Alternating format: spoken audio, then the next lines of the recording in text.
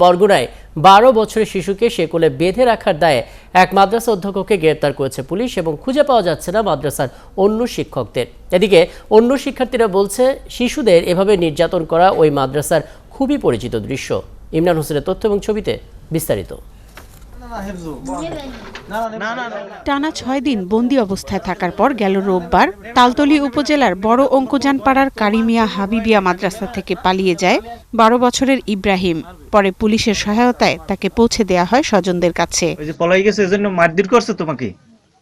ইব্রাহিমের স্বজনরা জানান, মাদ্রাসা থেকে ছুটি চাওয়ায় তাকে শেকল দিয়ে বেঁধে শারীরিক নির্যাতন করা হয়। হুজুরে ভাঙছে, ওই যে হুজুরে এনেছেন ওই হুজুরে ভাঙছে। তো শিক্ষকের কাছে দিয়েছে আর আমি বাড়িয়ে সালাম না, পরে শিক্ষককে বলছে আমি আর।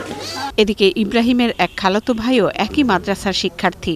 সে জানায়, তাদের মাদ্রাসায় নির্যাতনের ঘটনা নতুন নয়। বৃহস্পতিবার নতুন শুক্রবার সিএল দিয়ে ভাঙছে, আমার ঠিক মন নাই। তারপর কালকে রবিবার পানি খাওয়ার কথা কি পলাইছে এই জায়গা দিয়ে।